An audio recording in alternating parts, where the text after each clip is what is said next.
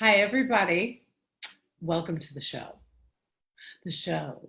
So I am wearing this lovely hat today in honor of my friend Ashley that is going to be joining us on the show today. And I can't wait to meet her. Okay, but before we get started, I wanted to show you that there is this great it's certified organic, protective moisturizing hand cream. It's made with like all organic ginger root extract. And we all need to make sure that we're sanitizing and we're moisturizing and we're taking care of ourselves. So I'm trying to give all of my good stuff to all of you before every show. I have a lot of products today, and it has nothing to do with selling. It has everything to do with nourishing our spirits. So I would like to bring to you today Ashley, who is incredible, Ashley Smith. I just want to take a breath sometimes when I say your name. You could say hi. Oh, I can? Hi. Say hi. So I'm just watching the fabulous hat and all the things. I'm taking it all in. I love it. We're going to have some fun today, Ashley. So Ashley is the only card that I have on my desk right now. And it's been the only card I've had on my desk since I met her. So the reason is, and this is going to be my segue, and then I'm getting out and I'm letting Ashley come in and take over for a while. But it's very important as somebody that is a healer in any form.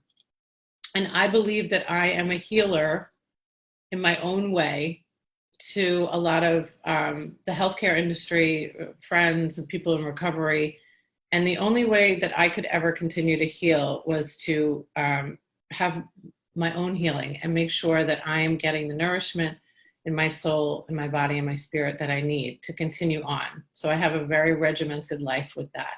And I got to have my own healing with Ashley yesterday because I really needed it. And it really prepared me for the strong, hard conversations that I've been having over the last 24 hours. So I would like to welcome Ashley Smith from Into the Heart, Into the Sacred. I mean, I love everything about the card and I love everything about you. So welcome and thank you for being here. Thank you. I'm really grateful to be here. It feels nice. It does feel nice. So I have said about you when describing you, I'm like, well, she's kind of not like she's kind of like, I always do this. I'm like, she's kind of like she's above this earth a little bit, which is a good thing. And you helped me so much after I released my book because I was feeling so much, just so much. And I want you to be able to bring what you brought to me as much as we can and give this to our community because we all need a healing right now through this COVID-19 temporary new normal. So Ashley, tell everybody about who you are and what you do and why you do it. Okay. That's such a loaded question. There were like 5 in there all at once. But who I am, I mean, that's always such a difficult question for me to answer. I think for any of us to just define who we are by any sort of label is kind of constricting and limiting. So at my core, and I believe this to be true for all of us, and I don't just say it, I really mean it, I'm a spiritual being having a human experience. And the more I walk this path, the more I understand the meaning of that. And the more I get to experience what it means to understand that I'm a spiritual being. And that's something that in my work is a desire that translates into a felt experience by those that I work with, you know, that they get to experience that part of their nature as well. So the work that I do, I call myself a psycho-spiritual healer. And I've been doing this work for the last 4 years. I do it because I have no choice. And whenever, you know, as an entrepreneur, because I do have to be a businesswoman, it's not natural to me to put on that kind of business hat. But when I think about doing anything else, I literally I freeze. I go into freeze. So I ride the waves knowing that 100% I am held and I'm cared for and that I'm provided for. So I do it because I know my mission. Like, I really know my mission. I'm so fed and energized by the work that I do, and seeing people, not that I'm doing anything, but just that they get to, in the space, experience a part of themselves that at one point seemed very foreign or not existing at all. You know, does that make sense? Yeah. So I think people come to me or find me when they're ready to wake up to a reality beyond what is right in front of them. Like, they know there's something more, but they don't know what that more is. Or they come and find me when they're broken, or they're perceiving themselves as broken. There's this big transition going on in life, and it's kind of one of those like, oh crap moments of like totally broken on the floor, and I need to like pick up the pieces and put them back together. So there's that piece of it as well. And just for people who are already on the path and wanting to accelerate that more greatly. Oof, yes. You know, I was thinking while you were sharing, because I am typically the one in my own circle where people come to me, right, for whatever it is they might need. And most of the time, even in business, people think that they're going to get Sharon, like, what hat am I going to be wearing? Sharon, the doctor whisperer, or Sharon, the one that has a media company, or Sharon, the author that wrote the book about mental health, or, you know, whatever it is.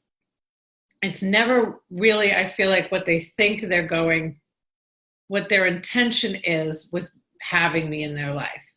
Yeah. And then I kind of reveal myself a little bit. And because I'm listening so intently, although most people say and think, and of course they're right, that I talk a lot, but who would have thought I didn't even speak for an entire year in a depression many years ago, that I am here to bring something out of them that is already in them. And you and I have, and I've wanted to, I think maybe we both have wanted to have this discussion about maybe business. Maybe I'm completely wrong, but I have felt that, you know, I know I said the first time after we met, so I'll just share something personal. After I did this first tea ceremony with you, which I had never heard of in my life. I was like, what the freak is a tea ceremony? And believe me, I've heard of a lot of things. And I don't drink tea, I drink coffee.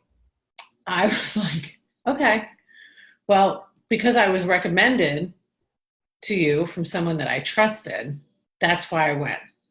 And this is an important message for people to, you know, you have to pay attention to who is telling you where to go for what. You know, I do that even with my own healers, with physicians. Like, if people ask me for a recommendation of anything, I'm very careful of what I say. I think about who you are, what you might need, you know, and I kind of really pray and think on it, and then I will send it out, because I'm only allowed to tell the truth in my life. I love what you said about that you had no choice to do what you're doing. Mm-hmm. Yeah, I feel like I have no choice to do this show, whatever it is, because I felt such a strong urge from another place to be a vessel and bring all of these wonderful healers that I know. It's intentional, because I think that we all need something a little bit, everybody needs a little bit of something. Yeah. More than what we've got out there. Something different. We need something, and it's something different. For sure. Yeah. And I remember how I felt during our first session, and I thought, selfishly, I was like, I think I said this exactly probably too. I was like, I don't want you to go anywhere. I was like, people are going to offer you to do different things. And for me, selfishly, I'm like, I just think that whatever it is that you're doing is so magical that, and so personal. And I cried, I felt great, I had music, you were healing. And it's not something I've ever been able to get anywhere else. Although it might be offered. I'm sure you know many healers. I know you do. You've traveled the world, and I want you to tell people where you studied and where this comes from, this kind of yearning to not listen, but really be listening. Does that make sense? Totally. Totally. Tell people about where you studied and how you came to do what you're doing today. Yeah.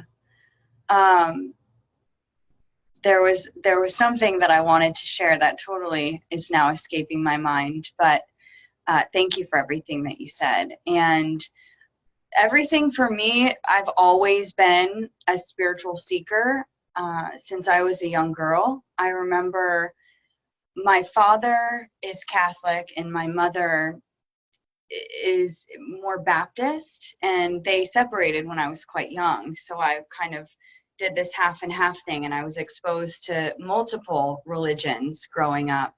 And I always loved to be in places of worship. And I remember I had Jewish friends that I would ask to go to temple with, and I would go to all sorts of different, denominations of Christian churches. And I just loved to be in that energy. And I made it a point when I was in middle school, when my parents, had long quit going to church, that I would make them, take me to Bible study or youth group. And I just had to be in those places. But then I remember getting to a certain age and feeling that there was a certain kind of disconnect or a level of integrity or answers to questions that I had that might have been too big that couldn't be given to me. And then I kind of felt like there's something that's not aligning anymore. And I became quite rebellious because I've always had this very big spirit and a big knowing and a strong intuition. But in my younger years, at a certain point in time, I didn't know where to turn to with all of those, because what the answers I was getting just didn't do it for me. So like many of our stories, I turned to drugs and alcohol, which I think offer a profound pseudo spiritual experience. Yeah, And I relate. right. And so that kind of took me down another road, but the right road. And in that, I was still deeply connected to all of these kind of spiritual outlets. So I was still very deep into my dark use, but also on the other side, I'm going to meditation classes and groups and all of these angel readers and different things like that. So it never left me. And I was always the person who was drunk at the bar, talking to the bums and telling them how amazing they are, making people go into the bathroom and do mirror work, look in the mirror and say, I love you and I accept you. And, just real wild. The patron saint of the drunks at the time while participating in the alcoholic behaviors. Yeah, it was just very dramatic, these two extremes.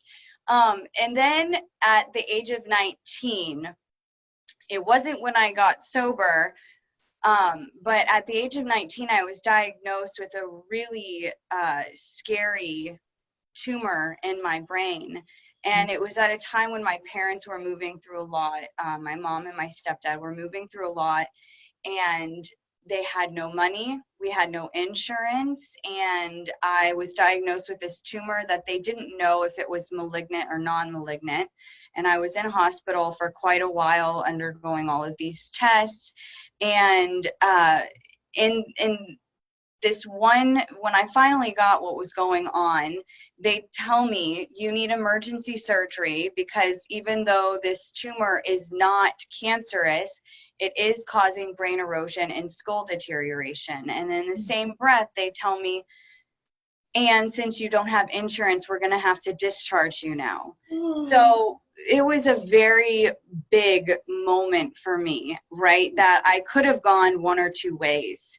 I could have really gone deeper into my path of self-destruction, but I was given a real gift of having had these 19 years of, you know, spiritual practice, even though it was kind of half-eated, that I had that in me, and I had that yearning to know myself in me. So this obstacle became one of like my greatest catalysts. And even though we didn't have the money to get the surgery and everything, that was a couple, you know, $25,000, my mom rallied with the community, and I was put into these prayer circles, and I was gifted a juicer, and I was learning all of these ways to take care of myself alternatively to the traditional systems that we have here. And so one of those gifts was a healing massage with Reiki. And the woman that I went to see, her name is Beth Meeker. I got to find her and tell her this story because I think that was the only exchange I had with her, but it totally changed my life. And she was playing a movie by Louise Hay. Do you know Louise Hay? Yeah. So when the spirits align, they align so perfectly. I do, but I put her in such the back piece of my world. 2 days ago, I posted this thing about Louise Hay because I thought it was so perfect, but I haven't spoken her name in years, so there's no coincidence that you brought her. Of course, her energy was like all around because we're coming together in this way. And she was playing her movie. It's called You Can Heal Your Life, and it's all about the power of our mind to heal our bodies. By what we think, we become. You know, all of these things that are very foundational when we're first truly stepping onto our path of empowerment. The first way we do that is we empower ourselves by the choices and thoughts. You know, we have a choice. That's the first choice, and that can never be taken away from us. No one can, you know. So I heard something in that movie that just really resonated, and I was so prime, and I was in this place where it was literally, it felt like life or death for me. So I had no choice. So it was the greatest blessing to get kicked out of that hospital, because then I had to become fully self-responsible for my own healing.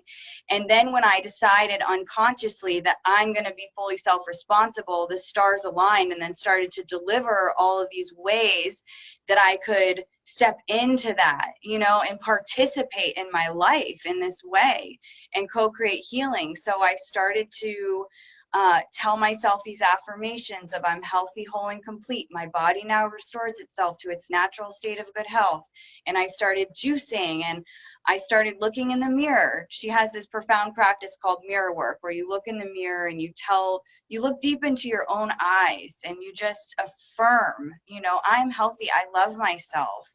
I'm ready to do this, whatever it is. And you just get to know yourself and see yourself.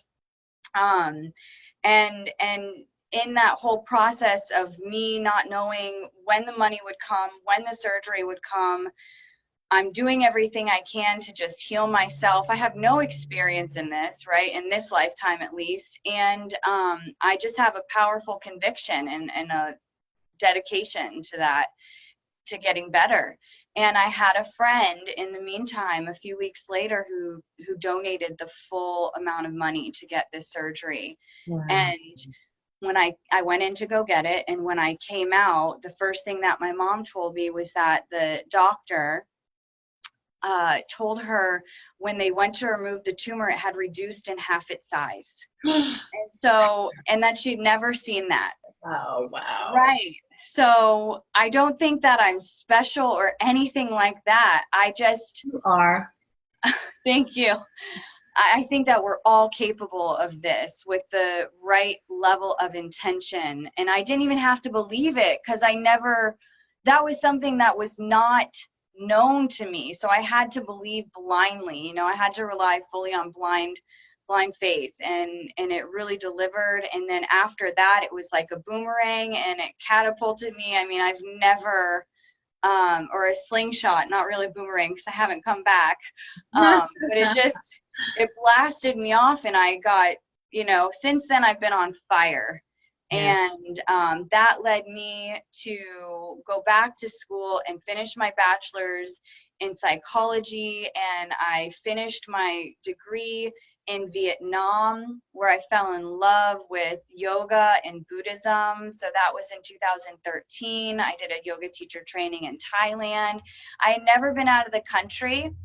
And I was like, let me just go for 3.5 months, right? Let me go to Vietnam, Hong Kong, Thailand, and for most of it by myself. But I got to finish my degree in Vietnam, which was such a miracle, especially coming from what I had, who I thought I was to who I got to be. And then I fell in love with Southeast Asia. I think I was back for like 2 or 3 months, and I saved up all the money I could. I got a one-way ticket to Taiwan, and I started to teach English there. Wow. And then that's where I found my tea teacher, my first tea teacher. His name is Wuda, and he runs a company called, it's not really a company, it's just I don't know what it is. It's a magical place. It's a source of goodness. It's a source of goodness called Global Tea Hut. It's a worldwide global community of tea lovers, and we view tea as medicine, and there's ritual involved, and there's honoring of the ancient ones and of our ancient heritage, and this part of us that is so old and so wise, and that's so stripped from our society here in the West. And we're very much disconnected from nature at that level of where we're revering it, and we're co-creating with it, and we're respecting it, and in that reintroduction to a cultivating a more harmonious relationship to nature, I really opened even more.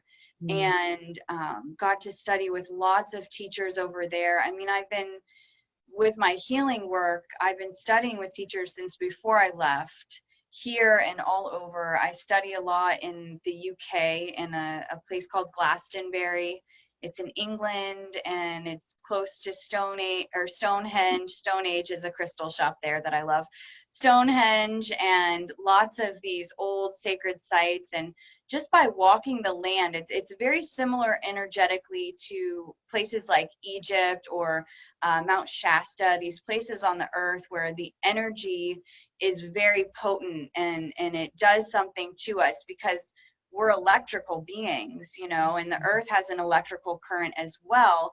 And on these points of power, there's a voltage that's being exchanged, and it really does reconfigure us so that we can remember more of who we are.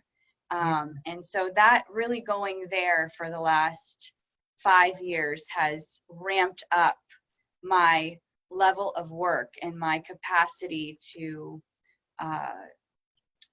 just allow people to be who they are and help them find their core wounds in those places where there's trauma and old stories that are knotted into the energy field, and clear them out and let them go. So that's kind of my abridged version of my journey.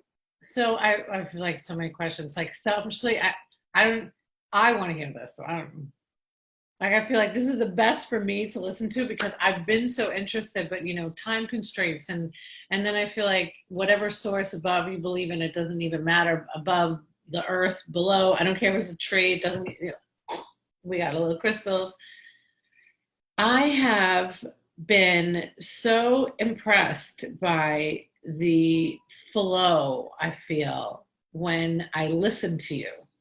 It's not, You know, when we first sat down and you were offering this tea ceremony to me, and my friend who referred me to you, who I won't mention because I don't know, maybe this friend wants to keep it personal. Like, I really do feel it's a very personal thing, and I want to honor and respect that. And I remember thinking, even when she told me about you, and I read briefly, like I was skimming about you, and I was like, yeah, but I'm not like, I'm too busy. You know, that I believe in it. I read it right away. I was like, yes, that's going to happen for me, but it wasn't the right time, right? And just how you have honored that, if all of those things did not happen to you, you know, it's such a divine spiritual path, that all of the things that happen to us, that when people say to me, I'm so sorry that you had to experience those things, I'm like, please don't be sorry. Yeah. If I did not want to die, or if I did not go through that horrible time in my own life where I blacked out and moved to Detroit, Michigan, and stayed for 2 years and nobody knew where I was, I would not have the grace that I have today. So I want to talk about how you, when you were sharing with me the first time, you said to me, I remember it so clearly, you were like, and I was, all these things are coming to me, so I can't really, you know, and you had like your eyes closed because I was watching. You know, I'm just gonna, is it okay if I just share with you what I'm like feeling or seeing or whatever? I was like, listen, like, you didn't know me, I didn't know you. I was like, you say whatever. Believe, I need to hear whatever it is that's coming to you, because I want to feel that. And I want to share a few things with you. You had said something about roses to me, which will blow my mom's doors off. So it's almost like I can feel her wanting to cry when she hears this. When I first got sober 25 years ago, somebody had taken me, I don't see, you know, I don't care what anybody thinks. It doesn't even matter to me, especially during COVID-19. Like, I'm all in. I'm like cursing and cutting doctors off when they're talking, and lawyers and media and everything, because we need a healing, and we need truth. And only truth, to me, I believe, is what leads us to the best healings in the world. So this woman, this friend of mine from many years ago, I think I was 22. I'm 47 now. It's a long time ago. She was like, I'm going to take you to the psychic. And I know, Sharon, like, you're a New Yorker. We're New Yorkers. We don't believe in those things, but I'm going to take you to this woman. So I was like, you know, I was like this. I was like right off the bar stool. And she said, she touched my hand and she said, I don't know where you've been or what has happened to you, but I see this entire field of, she said, I want to say roses that were like dead. But now, and she was so purposeful in saying this, that's why I'll never forget it. And she said, but now I feel like just over the last year or 2 years, they have all opened up. Oh my gosh. I know. And I know, and they are all around you. And when you and I talked and you said, I feel, Sharon, like you should have these soft pink roses. I'm going to go get it now because I didn't even know I was going to tell you this. I feel like you have the soft pink roses that you should have around you. And my mother doesn't know this story either. And she gave me this. And it's like, I think it's perfume. I know. And it's like this soft rose. Oh, wow. And now I have all of these soft, sunflowers are my favorite. Does it, but I always have these soft roses around me because of, like, at some point you have to listen to all of this. You have to take it in. Yeah. And it was at that moment, and many, many years went by, I didn't even meditate until I opened the Doctor Whisperer. And I have sought through prayer and meditation for 25 years, but I never really meditated until probably these last few years, because I've I've had all these healers come into my life, mostly MDs and DOs that practice meditation and that are connected to spirit, and that sent me to the Serenity store in Palm Harbor, where Dr. Coach was like, I want you to go there. I was like, okay. And then I bought, so I said to you before that we were going to talk about all of these little things. So I have an entire chakra system here, you know, if I want to feel power or if I want to have clarity or whatever it is. And I have these rocks and I have, little manifesting miracles. I never share this stuff because it's very personal to me. But we all need more right now. We do. And we need to like get out of the spiritual closet. Yes.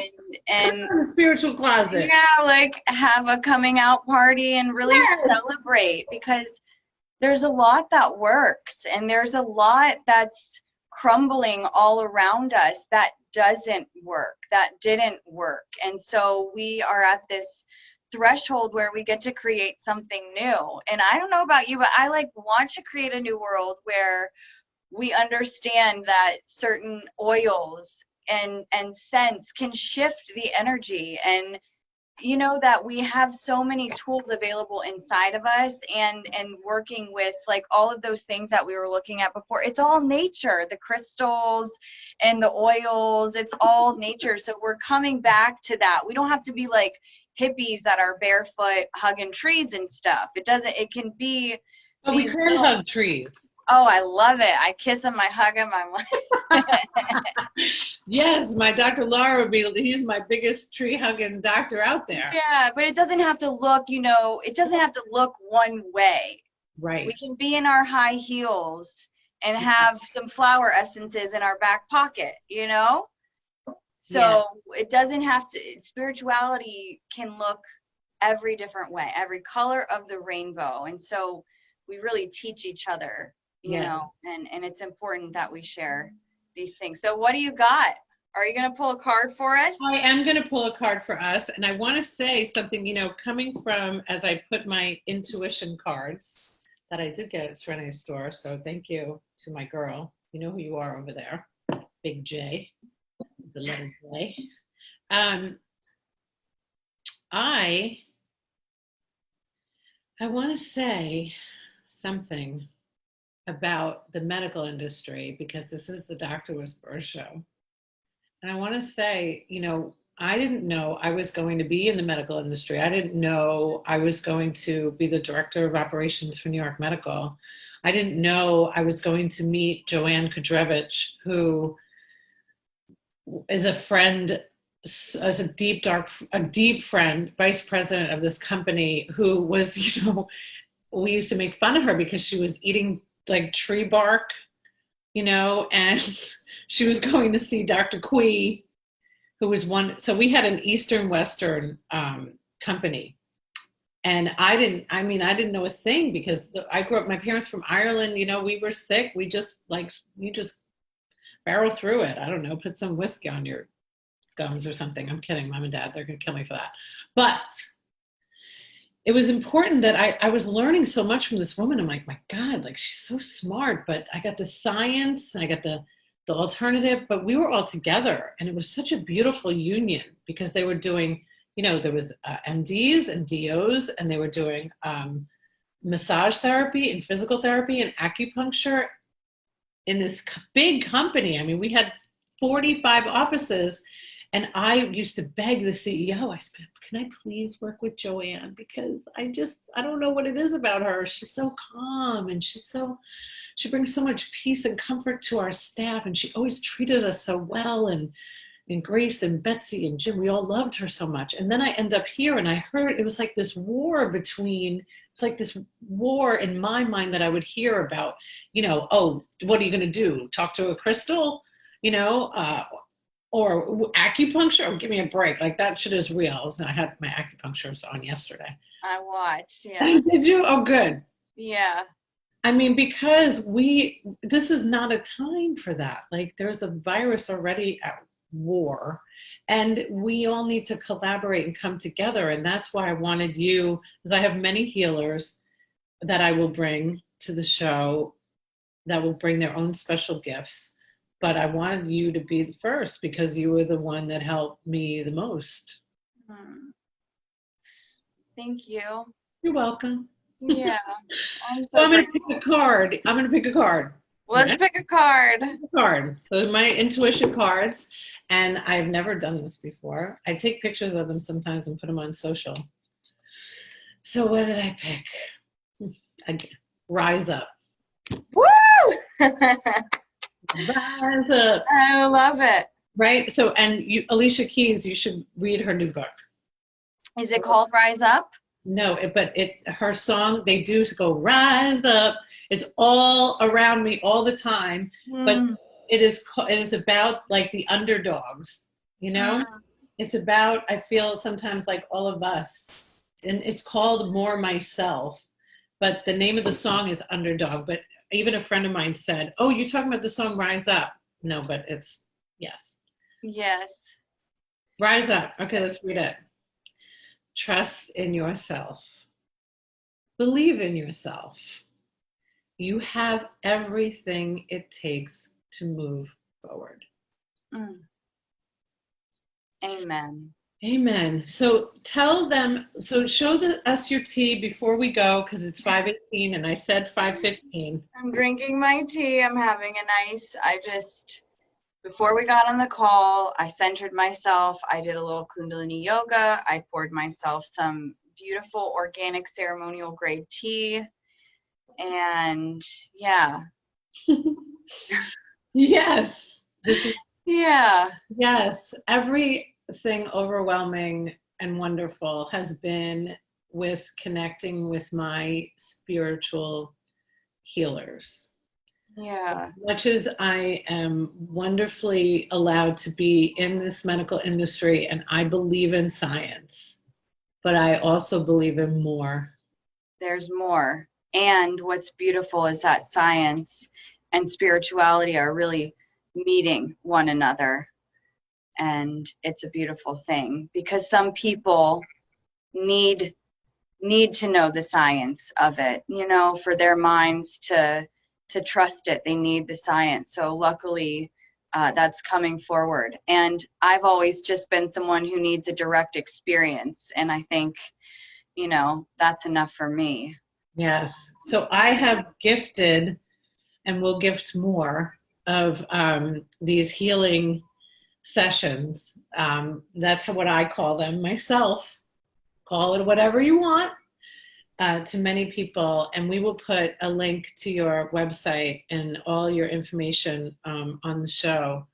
But I highly recommend that, you know, even if you don't go to see Ashley, I'm sure she doesn't mind, because Ashley is a very, she gets to take off Monday and Tuesday because you believe so much in rejuvenating your own spirit.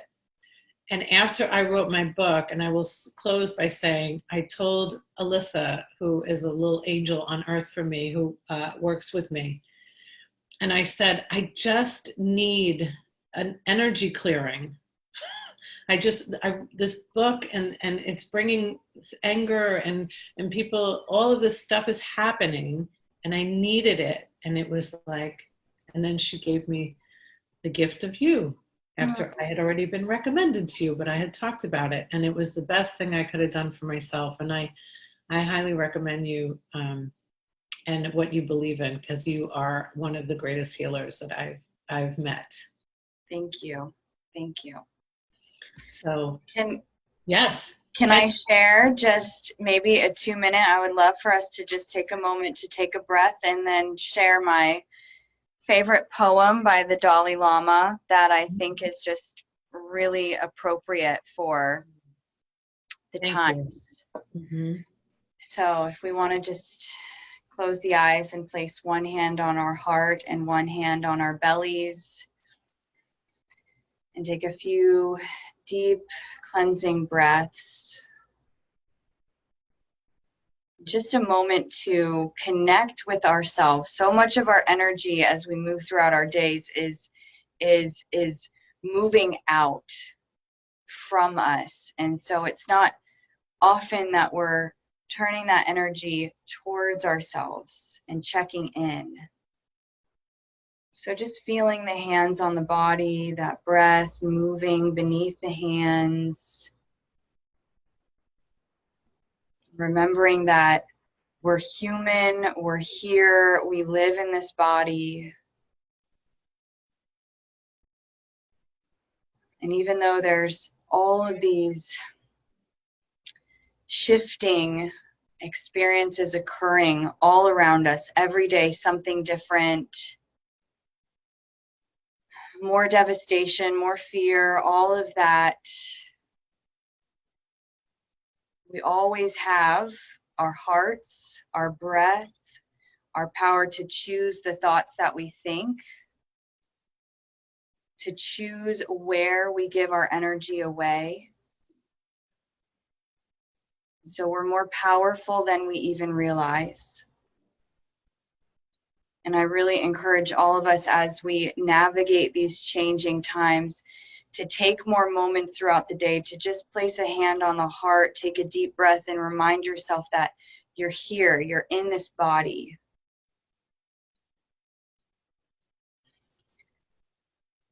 And the Dalai Lama says, never give up. No matter what is going on, never give up.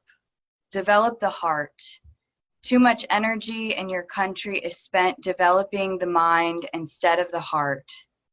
Be compassionate, not just to your friends, but to everyone. Be compassionate. Work for peace. Work in your heart and in the world. Work for peace. So thank you. We got to end it just like that. Thank you so much. Thank you so much. Namaste, my friend. Namaste. Thank you.